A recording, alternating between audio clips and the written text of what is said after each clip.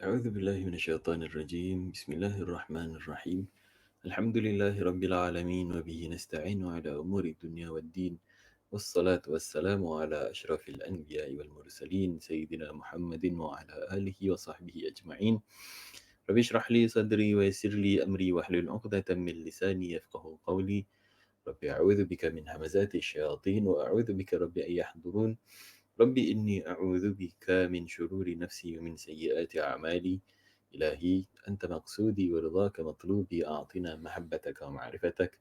اللهم اجعلنا من الذين يستمعون القول فيتبعون أحسنه. أولئك الذين هداهم الله وأولئك هم أولو الألباب. السلام عليكم ورحمة الله وبركاته. Alhamdulillah, sekali lagi kita dapat bertemu dalam sebuah lagi episod atau sebuah lagi sesi yang mana kita mengupaskan surah yang selanjutnya dalam surah-surah dalam juz Amma.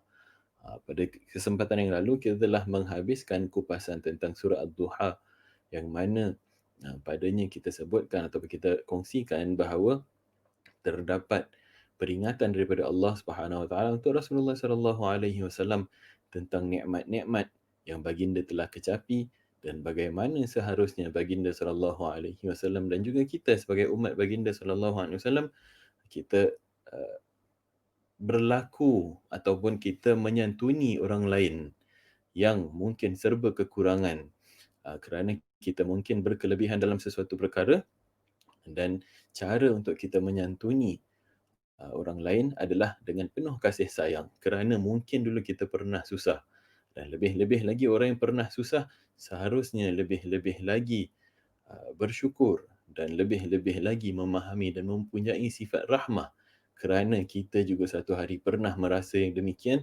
Kita tak nak perasaan kita dikuris atau dikecilkan apabila kita terpaksa meminta umpamanya dan sebagainya. Dan untuk kita sentiasa menyebut-nyebut nikmat Allah Subhanahu Wa Taala yang telah Allah berikan kepada kita dalam masa senang, mudah, alhamdulillah untuk kita kenangkan nikmat Allah, tetapi lebih-lebih lagi dalam masa sukar, hendaklah kita menghitung nikmat yang telah Allah berikan supaya tidak luntur keyakinan kita kepada Allah Subhanahu Wa Taala dalam apa juga keadaan, khususnya dalam keadaan yang mana kita diuji, keimanan kita, keyakinan kita kepada Allah Subhanahu Wa Taala tidak sama sekali pudar, insya-Allah.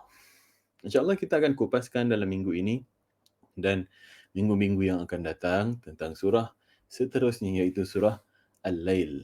Firman Allah Subhanahu Wa Taala, A'udzu billahi minasyaitonir rajim. Bismillahirrahmanirrahim. وَاللَّيْلِ إِذَا يَغْشَى وَالنَّهَارِ إِذَا تَجَلَّى وَمَا خَلَقَ الذَّكَرَ وَالْأُنثَى إِنَّ سَعْيَكُمْ لَشَتَّى فَأَمَّا مَنْ أَعْطَى وَاتَّقَى وَصَدَّقَ بِالْحُسْنَى فَسَنُيَسِّرُهُ لِلْيُسْرَى وَأَمَّا مَنْ بَخِلَ وَاسْتَغْنَى وَكَذَّبَ بِالْحُسْنَى فَسَنُيَسِّرُهُ لِلْعُسْرَى وما يغني عنه ماله إذا تردى إن علينا للهدى وإن لنا للآخرة والأولى فأنذرتكم نارا تلظى لا يصلاها إلا الأشقى الذي كذب وتولى وسيجنبها الأتقى الذي يؤتي ماله يتزكى وما لأحد عنده من نعمة تجزى إلا ابتغاء وجه ربه الأعلى wala sawfa yarda. Surah ini mengandungi 21 ayat yang baru saya bacakan tadi. Maksudnya, A'udzubillahi minasyaitanirrajim. Bismillahirrahmanirrahim. Allah bersumpah dengan demi malam apabila ia meliputi dan menutupi. Ia menutupi matahari dan juga menutupi cahaya siang. Dan demi siang apabila ia memperlihatkan cahayanya yang terang benderang. Dan demi Tuhan yang menciptakan laki-laki dan perempuan. Ini Allah bersumpah untuk Allah memberitahu sesuatu. Iaitu Allah memberitahu sesungguhnya usaha kamu memangnya berbeza-beza dan pelbagai. Adapun orang-orang yang memberikan hartanya pada jalan Allah dan bertakwa dan membenarkan kepada yang terbaik, maka Allah Subhanahu Wa Taala akan menyiapkan baginya jalan yang mudah. Dan adapun orang-orang yang bakhil dan merasa dirinya serba cukup, serta mendustakan pahala yang terbaik, maka kelak kami akan menyiapkan baginya jalan yang sukar. Dan hartanya tidak berguna baginya apabila ia tersungkur.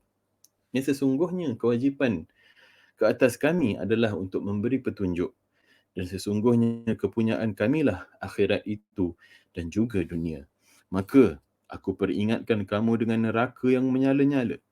Tidak ada yang masuk ke dalamnya kecuali orang yang paling celaka, yang mendustakan kebenaran dan berpaling dari keimanan, dan nanti akan dijauhkan orang-orang yang paling bertakwa dari neraka itu, iaitu orang-orang yang membelanjakan hartanya pada jalan Allah untuk membersihkannya. Dan tidak ada seorang pun di sisinya apabila diberikan suatu nikmat kepadanya mengharapkan balasannya, melainkan kerana mencari keredaan Allah Subhanahu Wa Taala yang Maha Tinggi, dan pasti dia kelak akan mendapat kepuasan atas perkara yang dilakukan. Di sini kita lihat Allah Subhanahu Wa Taala, sebagai pendahuluan kita terangkan, Allah Subhanahu Wa Taala sebutkan dalam surah ini dua jalan, iaitu jalan orang-orang yang berjaya atau jalan orang yang Allah permudahkan baginya untuk mendapatkan syurga, dan jalan orang yang Allah menyukarkan jalannya untuk mendapat syurga. Dan juga Allah memberitahu dua ciri. Yang pertama, orang yang akan masuk ke dalam syurga Allah Subhanahu Wa Taala. Yang kedua, orang yang akan masuk ke dalam neraka Allah Subhanahu Wa Taala. Juga Allah memberitahu kewajipan pada Allah Subhanahu Wa Taala untuk memberi petunjuk kepada hamba-hambanya, dan juga bagi Allah Subhanahu Wa Taala itu adalah dunia dan akhirat. Segala apa yang ada di dunia dan segala apa yang ada di akhirat adalah milik Allah Subhanahu Wa Taala. Jadi untuk kita mohon daripada Allah Subhanahu Wa Taala. Juga Allah memberitahu satu pujian yang mana Allah Subhanahu Wa Taala sebutkan khusus untuk seorang individu yang sangat istimewa. Kita akan ketahui siapakah individu tersebut dan apakah dan bagaimanakah Allah Subhanahu Wa Taala pujinya, dan atas perkara apa yang dilakukan yang Allah memujinya dengan pujian yang diabadikan dalam Al-Quran. Semua itu kita akan ketahui dan kita akan kongsikan dalam episod ataupun dalam sesi yang akan datang, yang mana kita kupaskan secara lebih mendalam lagi surah Al-Lail, insya-Allah. Selain itu, juga baik untuk kita tahu bahawa Al-Lail iaitu artinya malam. Ia adalah surah dari jenis Makkiyah, yang mana ia diturunkan kepada Rasulullah sallallahu alaihi wasallam sebelum hijrah baginda sallallahu alaihi wasallam ke Madinah, dan ia diturunkan selepas surah Al-A'la, dan ia mempunyai hubungan dengan surah yang sebelumnya dan selepasnya dari segi susunan. Sebenarnya surah yang sebelumnya adalah surah Asy-Syams, tetapi dan di situ mempunyai kaitan sangat rapat antara dua surah ini. Tetapi kita juga kongsikan kaitannya dengan surah Ad-Duha.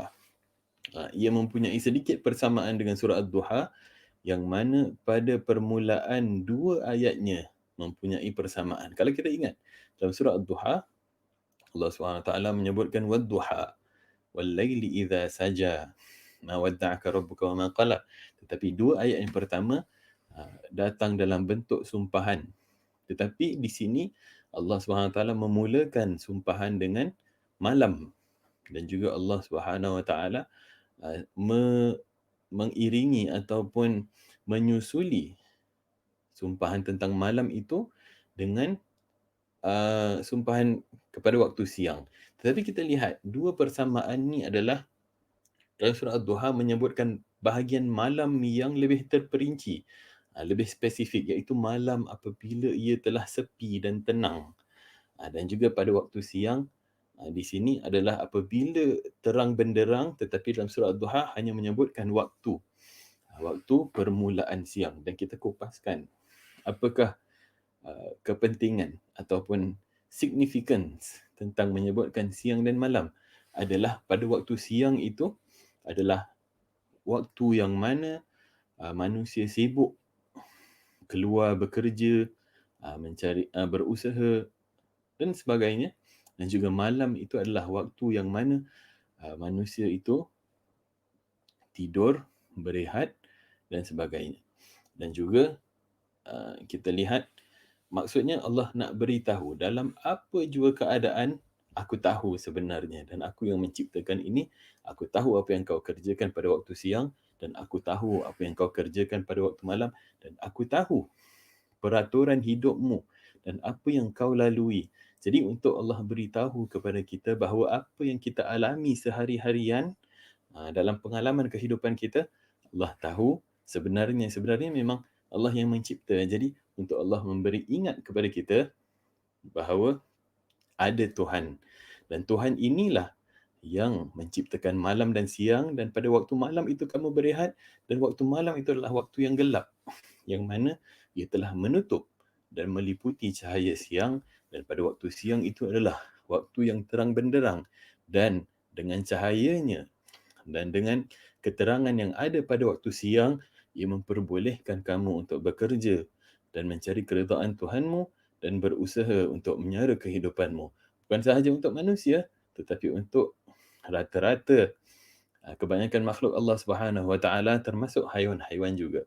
Jadi ini sedikit sebanyak permulaan tentang surah Al-Lail, yang mana insya-Allah kalau kita dapat bersama dalam episod yang akan datang, mungkin kita akan kupaskan lagi insya-Allah surah Al-Lail dengan lebih mendalam, dan kita akan insya-Allah kongsikan nilai-nilai yang boleh kita ambil dan boleh kita pelajari dan kita boleh terapkan dalam kehidupan kita. Mudah-mudahan apabila kita membaca Al-Quran, nilai-nilai inilah yang kita ambil supaya kita dapat akhirnya hiaskan diri kita dengan akhlak-akhlak Al-Quran, dan akhirnya kita dapat berakhlak dengan akhlak Al-Quran secara total seperti Rasulullah sallallahu alaihi wasallam, insya-Allah. أقول قولي هذا وأستغفر الله العظيم لي ولكم ولسائر المسلمين والمسلمات والمؤمنين والمؤمنات. اللهم اجعلنا ممن يقرأ القرآن فيرقى ولا تجعلنا ممن يقرأ القرآن فيشقى وأظلنا تحت ظل عرشك ممن كملته خلقا وخلقا. Ya Allah, jadikan kami bersama mereka itu apabila mereka membaca Al-Quran, maka meninggilah kedudukan mereka, dan jangan engkau jadikan kami bersama mereka yang apabila membaca Al-Quran maka celakalah ia. Dan naungilah kami di bawah naungan arasy-Mu bersama para anbiya dan para mursalin yang mana engkau telah lengkapkan ciptaan mereka dan sempurnakan akhlak mereka. Wassallallahu ala sayyidina Muhammad wa ala alihi wa sahbihi wasallam. Kita bertemu di lain kesempatan. Wassalamualaikum warahmatullahi wabarakatuh.